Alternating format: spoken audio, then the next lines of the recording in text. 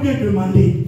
C'est pourquoi j'ai intitulé le thème toute prière qui n'est pas cadrée avec le besoin de Dieu restera toujours prière sans exaucement. Écoutez là où nous allons crier Amen en désordre. Amen.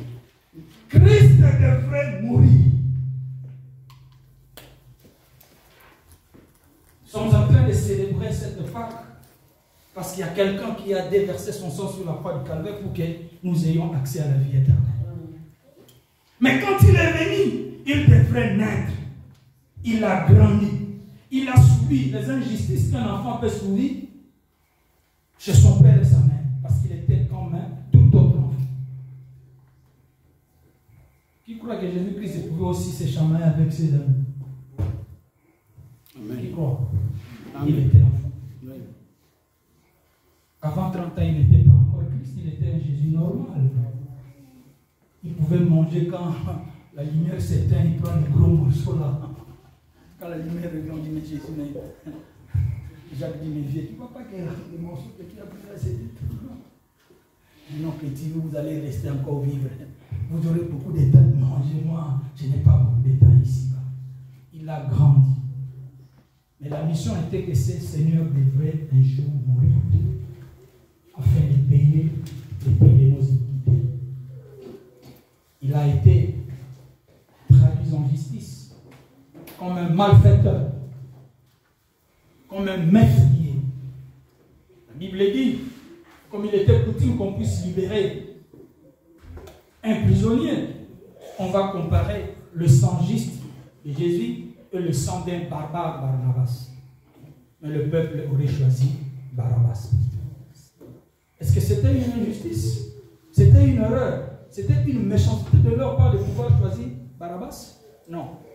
J'aime ces juifs-là qui criaient qu'on libère Barabbas, mais que Jésus soit livré. Et ils ont prophétisé en même temps que son sang tombe sur nous et sur nos enfants. Oh, c'était une bonne prophétie.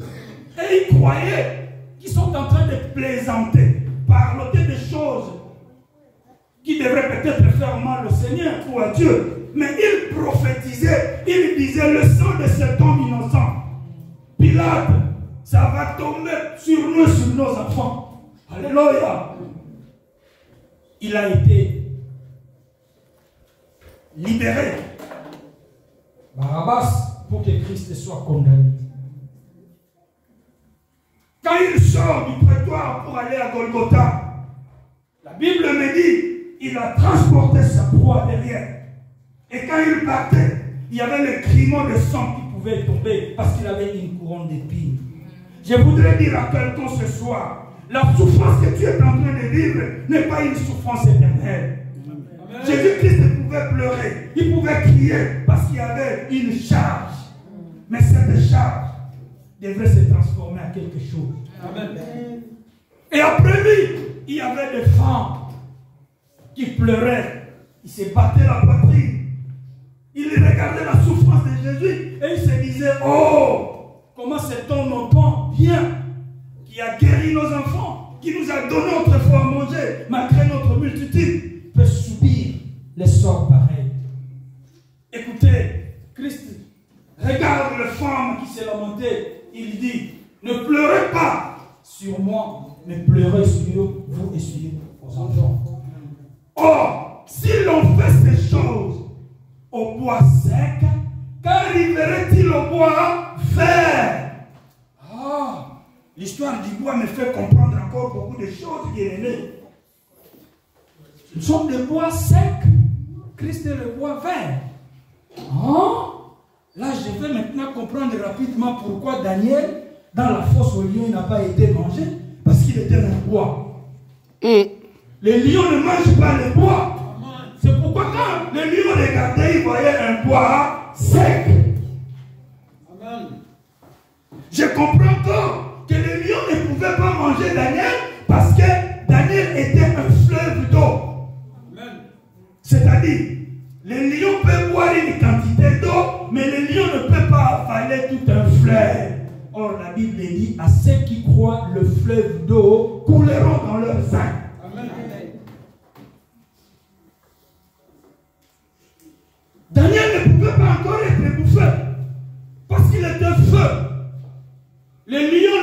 pas le feu. S'il mangeait le feu, ce sont les entrailles et les intestins qui vont être brûlés. C'est pourquoi il est écrit, il fait des anges le vent et de ses serviteurs le flamme de feu. Christ avance.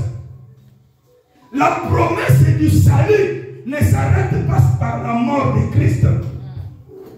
Il arrive sur la croix. Il a été crucifié à la 3e heure. L'événement se passe. Tout le monde qui était avec lui regarde la scène de loin. Aucun apôtre ne pouvait s'approcher. Tout le monde assiste au cinéma de loin. Mais la grande question était la résurrection de Jésus-Christ d'entre les morts. Amen. Les gens commencent à se lamenter. La totalité de la victoire de l'Église n'est pas acquise seulement par la mort. Christ devrait être ressuscité. Mais pour être ressuscité, quelque chose devrait se faire. La Bible dit qu'il y a un conseiller, Joseph d'Arimathée. Il n'était pas un apôtre connu. Il n'était pas un disciple connu. Mais il était un disciple en catimini. Il commence à réfléchir selon la parole.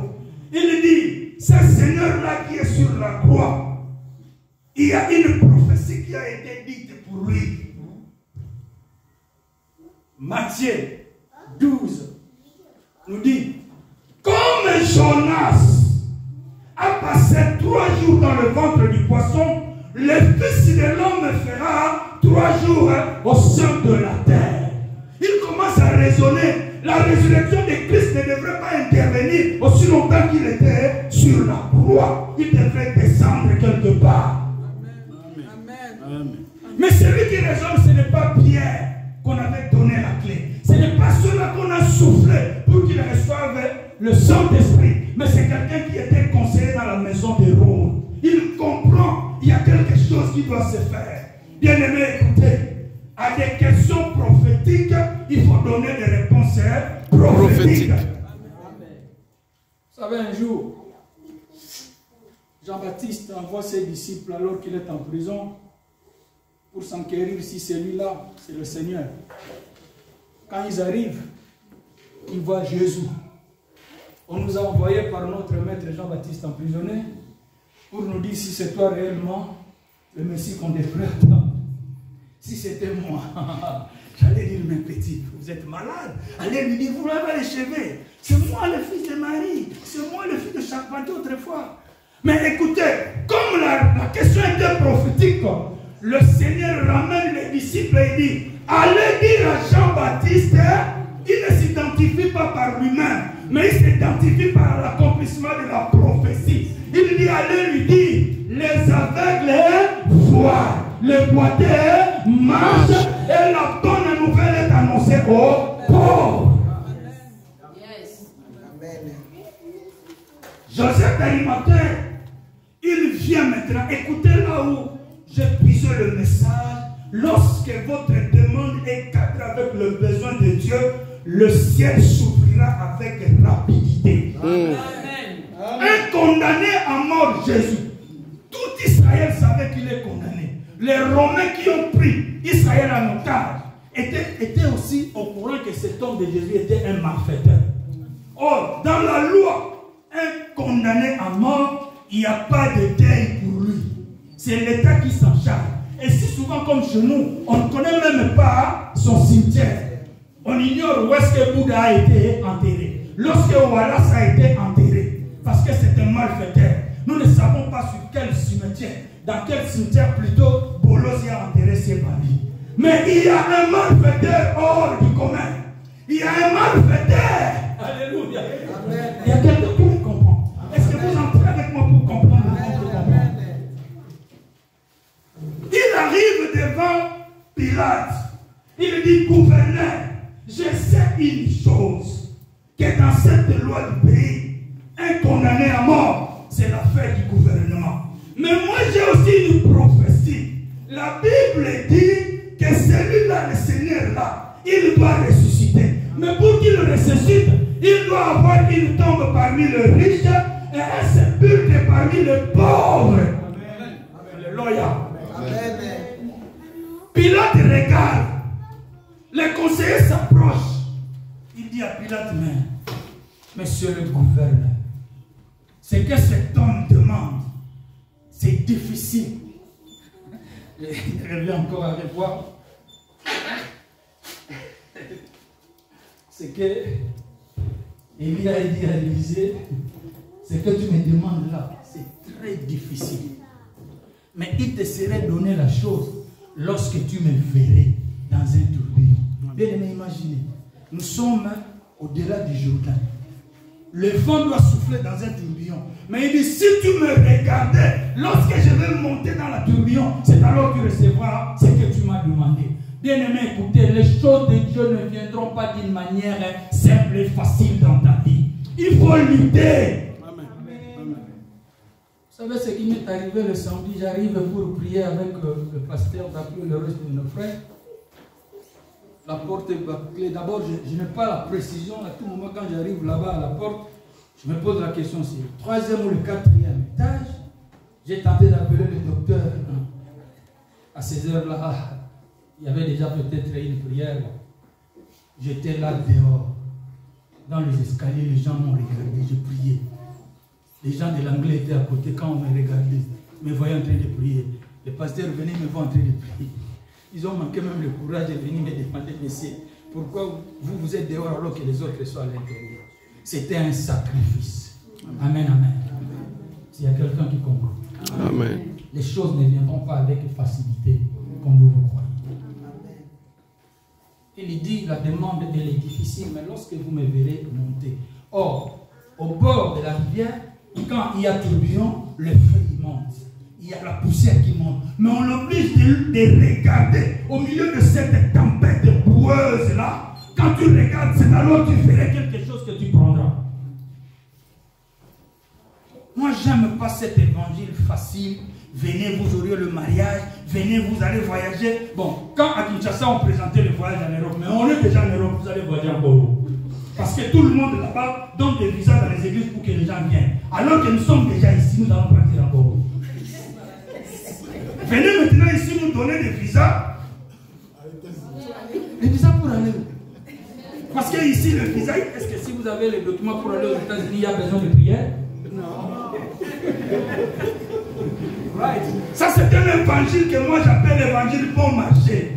Christ n'a pas dit aux apôtres dans un premier temps, venez, il y aura la vie, venez, il y aura l'abondance. Il les a présenté la croix, il savait qu'avant tout c'est la croix, avant tout c'est la souffrance. Imaginez-vous que vous veniez avec la sève de la mondanité, une pite qui arrive aujourd'hui et s'en dit il est marié, elle est mariée. Vous croyez que le foyer avec ses frères-là serait un foyer heureux? Non, il y aura des troubles.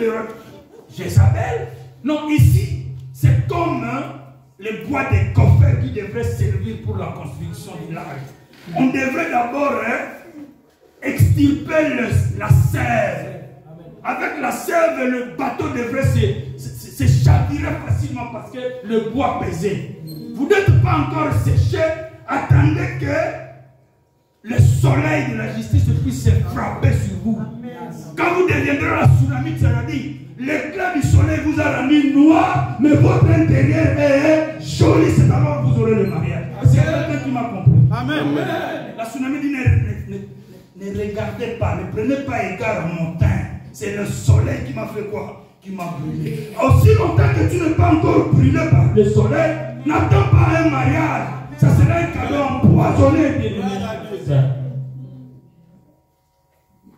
Il demande, il dit, j'ai besoin de ce corps. Mais le besoin de Dieu était là, que Jésus-Christ devrait être enterré. Ni les conseillers, ni Pilate a résisté à cette demande. On lui a donné le corps de notre Seigneur Jésus-Christ. Bien-aimé, écoutez, quelle est la demande que tu fais par rapport aux besoins que tu as et quel est le besoin de Dieu dans cette demande que tu adresses à Dieu? Seigneur, j'ai besoin de me marier.